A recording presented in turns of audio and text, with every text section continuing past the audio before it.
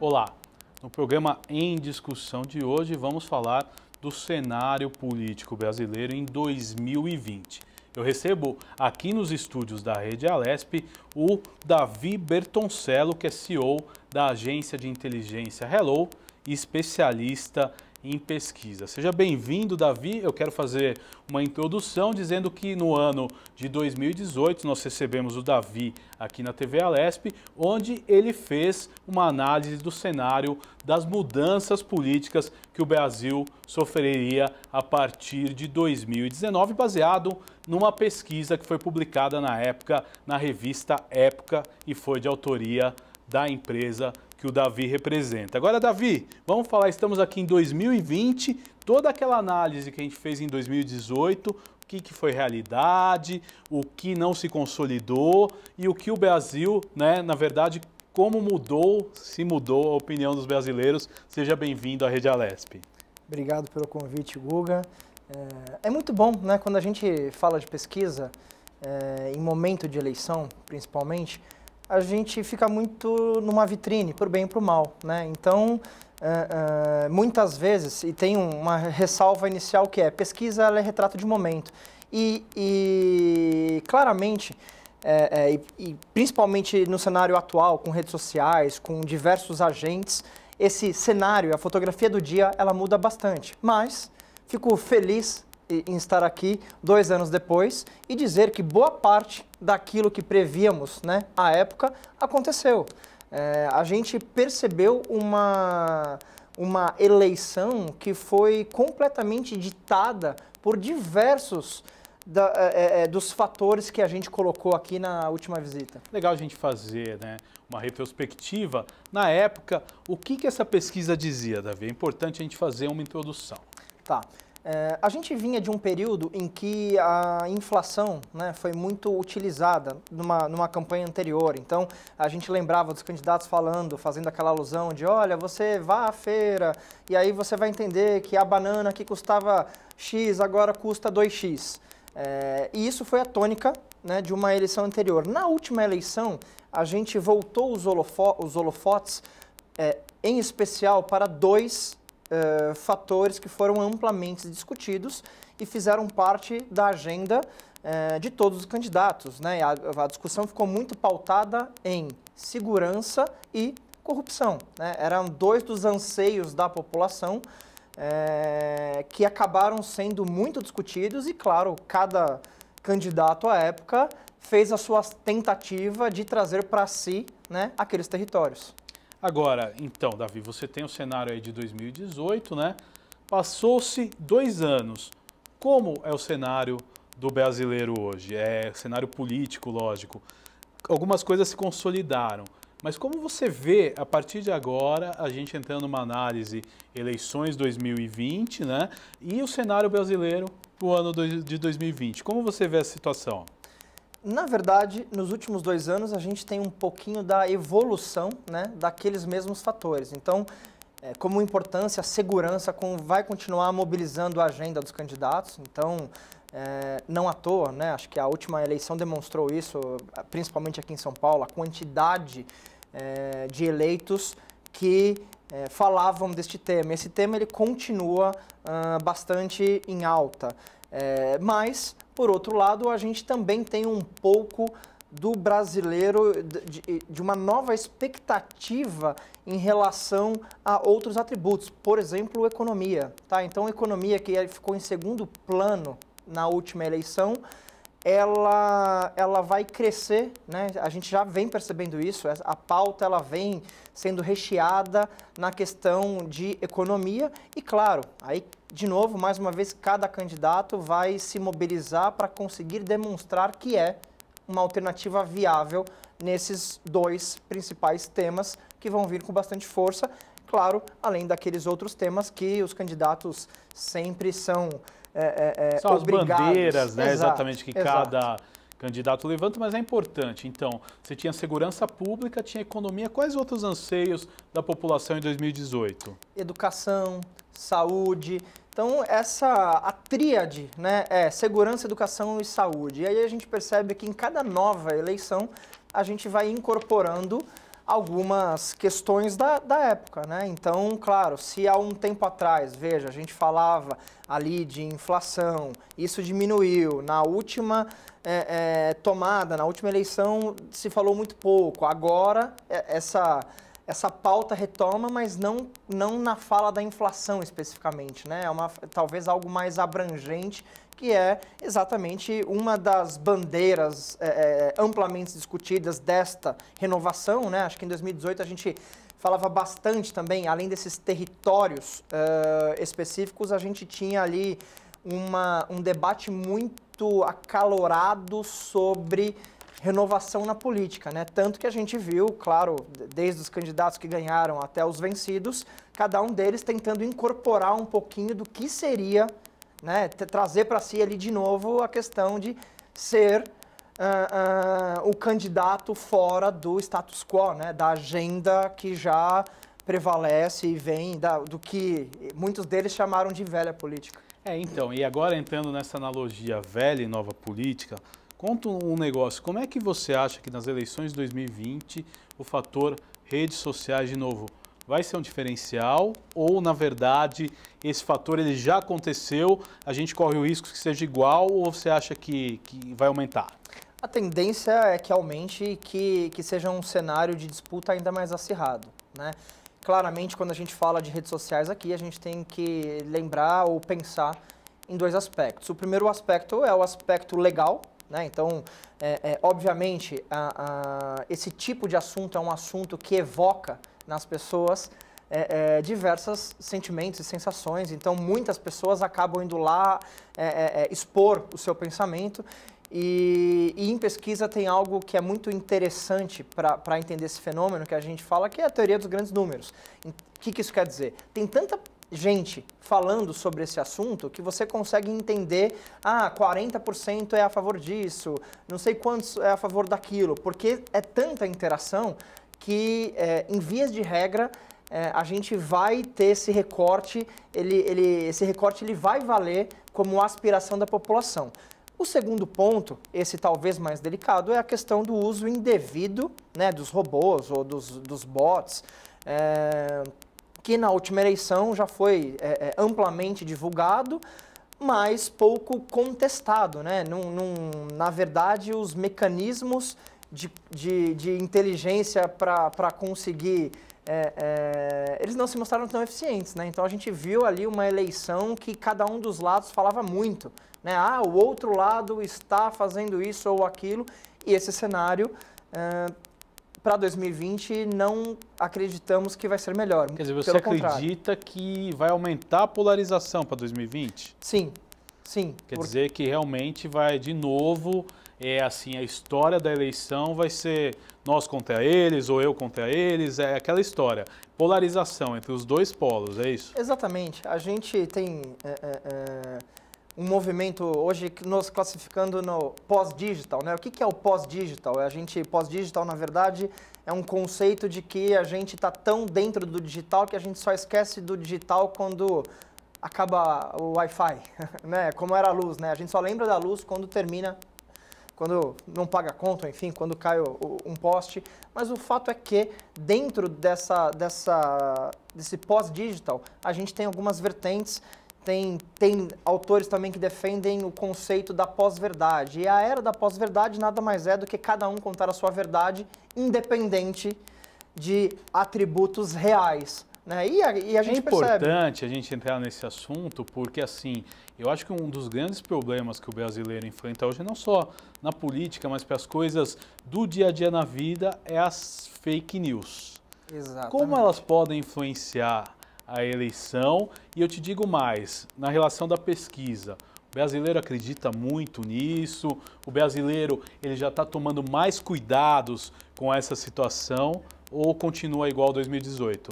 Veja, a situação ela está tão fora de controle, não só no Brasil, no mundo, que inclusive alguns dos maiores, por exemplo, Facebook, Spotify, todos eles que até a última eleição nos Estados Unidos aceitavam campanha, né, publicitária de candidatos, esse ano já não aceitam mais. Então, isso também vai ser incorporado aqui no Brasil, né? Você vai ter ali alguns limites e todos eles causados absolutamente pelo mesmo problema, né? De fake news, de publicidade indevida. Então, claro, por mais que inclusive um ecossistema se mobilize para endurecer, né, tornar mais difícil que isso aconteça, do outro lado a gente tem também aí as movimentações tentando continuar e fazer prevalecer essa ideia, que é a ideia do conteúdo indevido, que é o conteúdo que, diferente do que a gente podia supor, né, e a gente vê muitos candidatos, é engraçado quando a gente vai falar, tem a TV, poxa, a direita fala mal da TV, a esquerda fala mal da TV, então neste movimento fica muito fácil você Nós estamos chegando a um ponto que eles até concordam quando falam mal, né? Mas Exato, cada um, é muito interessante isso.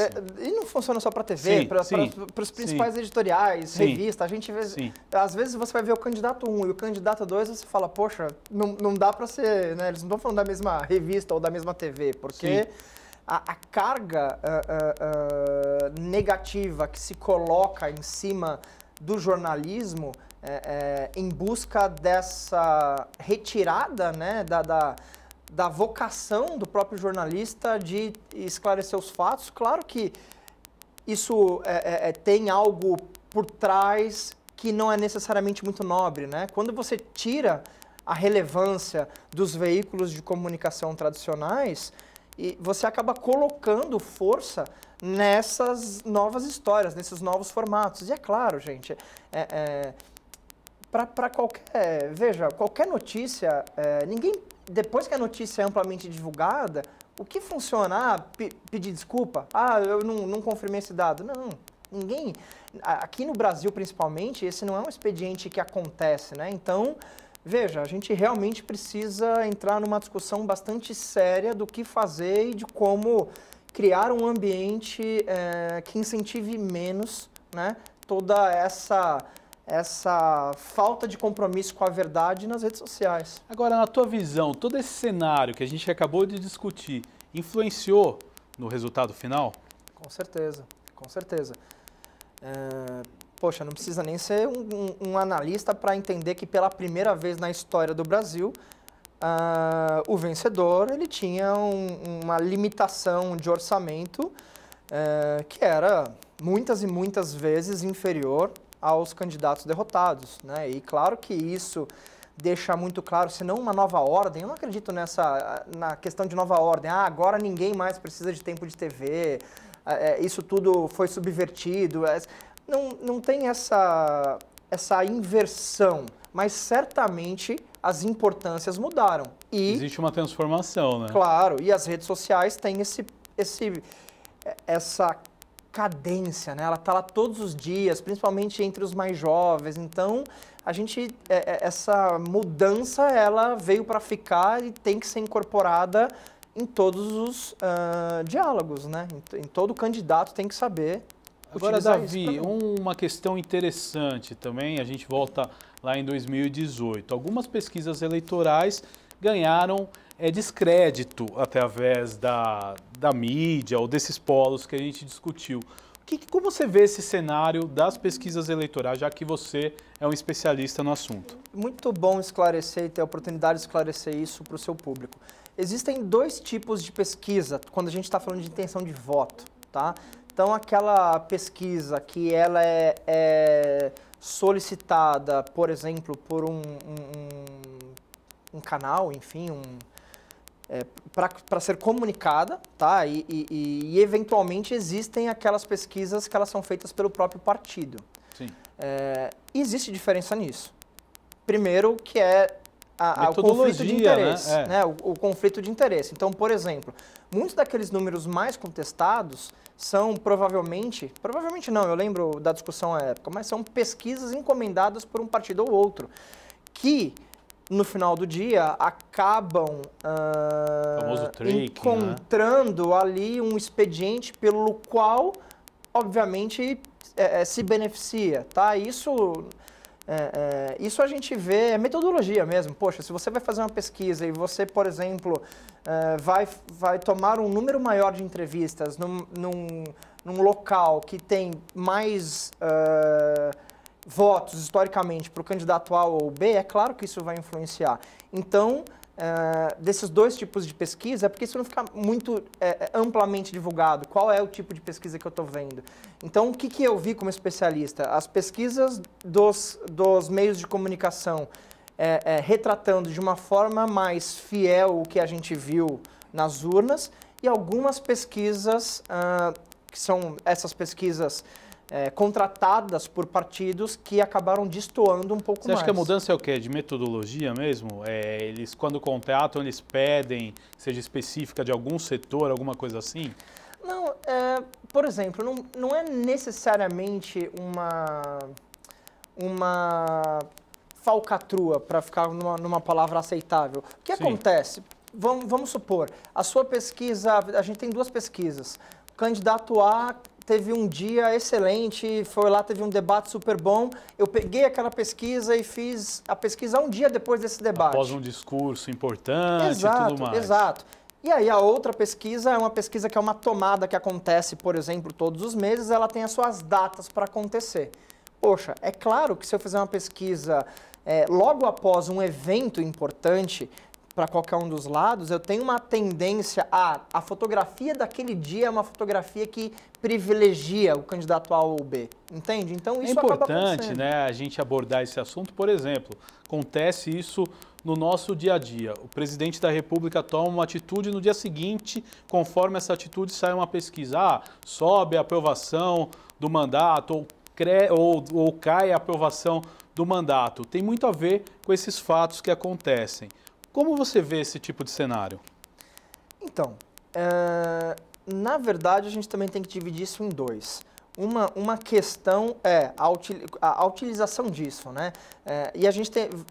esse também é um cenário que não tem volta. A gente está pela primeira vez assistindo um mandato que ele acontece, na grande maioria dos casos, mais pelas redes sociais do que pela TV. E veja, não é nenhuma crítica, só estou querendo dizer que uma tendência, as grandes interações feitas hoje pelo presidente elas são muito mais frequentes nas redes sociais. Então é claro que nas redes sociais do presidente ele consegue ter a lente que favoreça ao tipo de imagem que ele quer passar, tá? Então a gente cada vez mais vai ter que se atentar a isso, né? Porque nas redes sociais, isso a gente vê na nossa vida pessoal. Poxa, aquele amigo que você olha no Facebook, se você não está lá com ele no dia a dia, você pode pensar, nossa, como essa pessoa está bem. Pô, e no dia a dia você sabe. Exato. Então, assim, a rede social, ela tem o poder de contar uma história. E essa história não necessariamente reflete o que as pessoas são no ambiente fora do digital, tá? Então, a gente tem que tomar esse cuidado e conseguir formar opinião a partir de repertório cada vez mais vasto.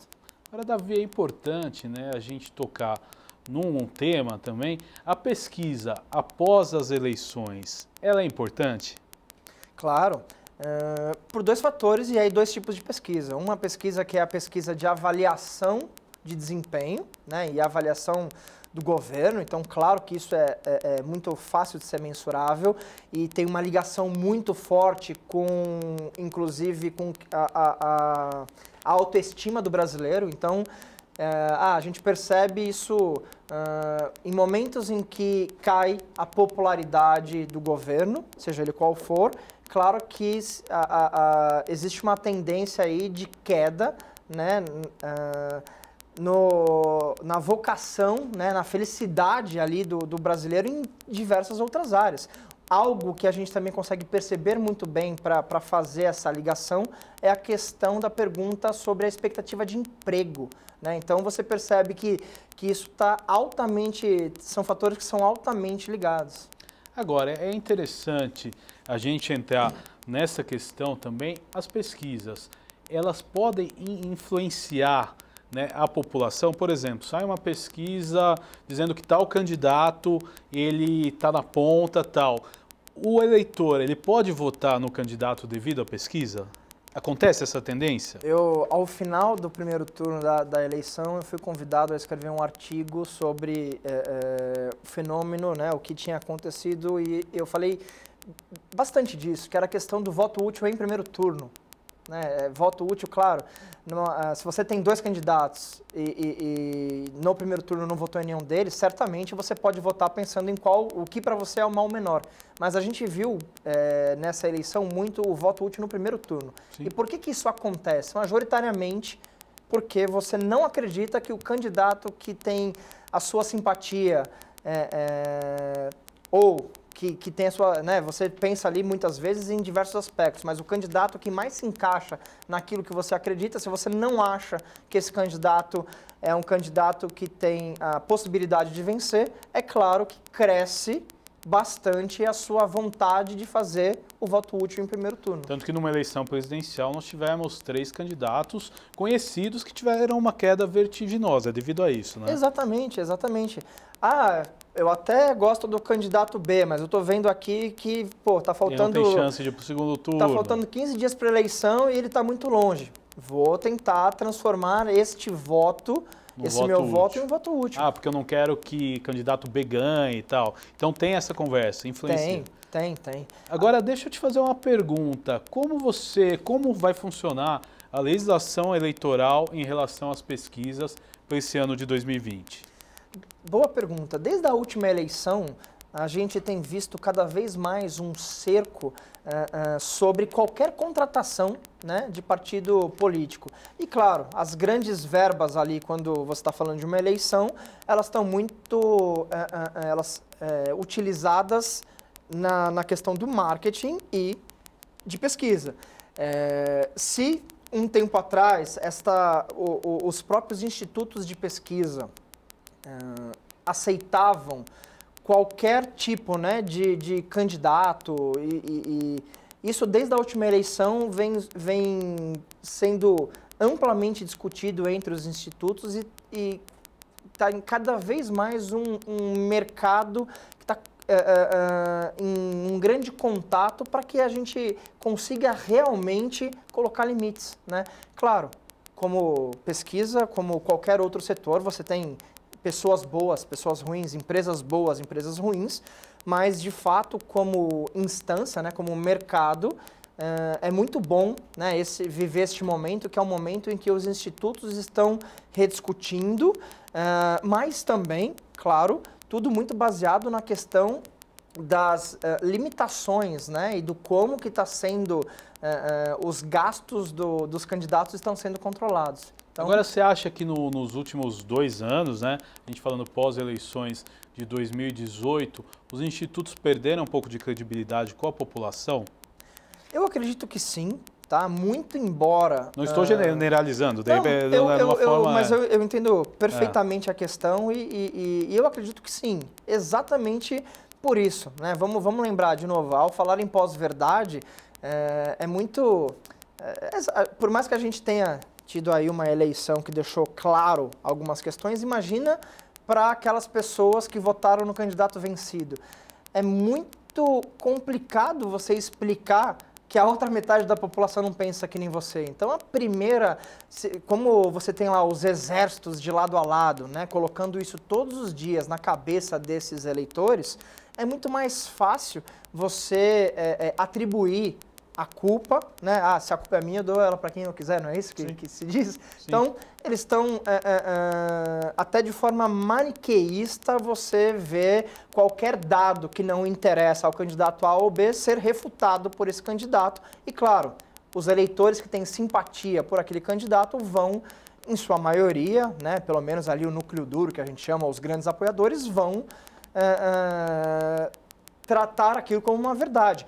Mas também, claro, os institutos andaram errando, né? Então mas é que isso não é novo, né? Essa é a questão do erro. Mas foi um pouquinho mais latente nessas últimas eleições, né? Ou você acha que também por esse fenômeno das redes sociais eles apareceram mais? Exato, esse é o ponto. Eu não acho que essa eleição houve mais erros do que eleições anteriores.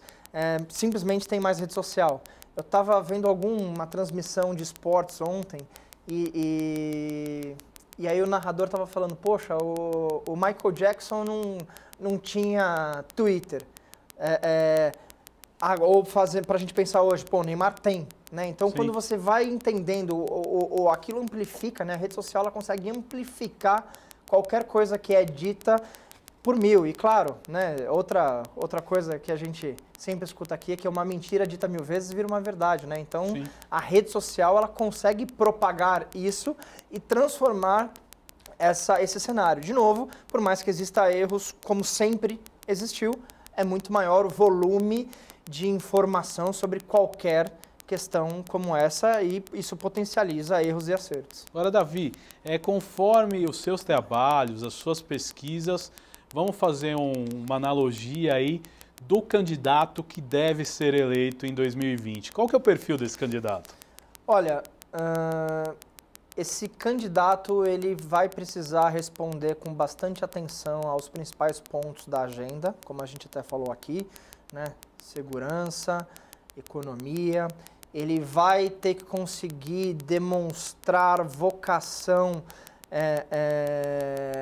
para alguns fatores novos. Por exemplo, poxa, imagina incorporar, falando de rede social aqui, uma dinâmica. Você está lá para governar e você ainda precisa, por exemplo, saber atribuir a sua imagem na rede social. Então você tem ali agendas cada vez mais complicadas e, de novo, cada vez mais, por mais que a gente tenha sempre a educação, a gente tenha saúde, a gente tenha essas questões mais genéricas, a rede social também, ela faz com que o candidato tenha que se preocupar com coisas mais específicas, né? Qualquer citação lá, candidato... Você acha que ele vive com fantasma? Exato. Vão inventar alguma coisa e pode propagar, pode viralizar, quer dizer, ele não se preocupa só em fazer a campanha dele ou cuidar do projeto dele, ele tem que preocupar-se com o que está à volta, é isso? Sim. Por exemplo, falando aqui em São Paulo, eu acompanho o nosso governador nas redes sociais. Claro. E ele, uma das questões que ele costuma fazer muito é colocar a promessa de campanha versus a ação que ele está tomando agora. Então, acho que é uma cobrança da população, talvez, exato, né? Exato. E assim, claro, eu citei aqui o governador de São Paulo, mas poderia ter citado qualquer outro que faz isso também, né? Que acaba ali tendo uma... Até porque ele deve ter essa cobrança, né? Peraí, o senhor prometeu e agora, né? Exato. Eu acho que é uma mudança de comportamento do eleitor, né? Exato, o eleitor está cobrando muito mais, cobra nominalmente, né? Agora você vai lá, você coloca o hashtag candidato esperando uma resposta, claro, né? Que seria impossível ter um governador respondendo tudo pessoalmente. Mas veja, neste caso de São Paulo, inclusive, existe até a preocupação do staff ali do governador de responder em um formato que você fica olhando o candidato.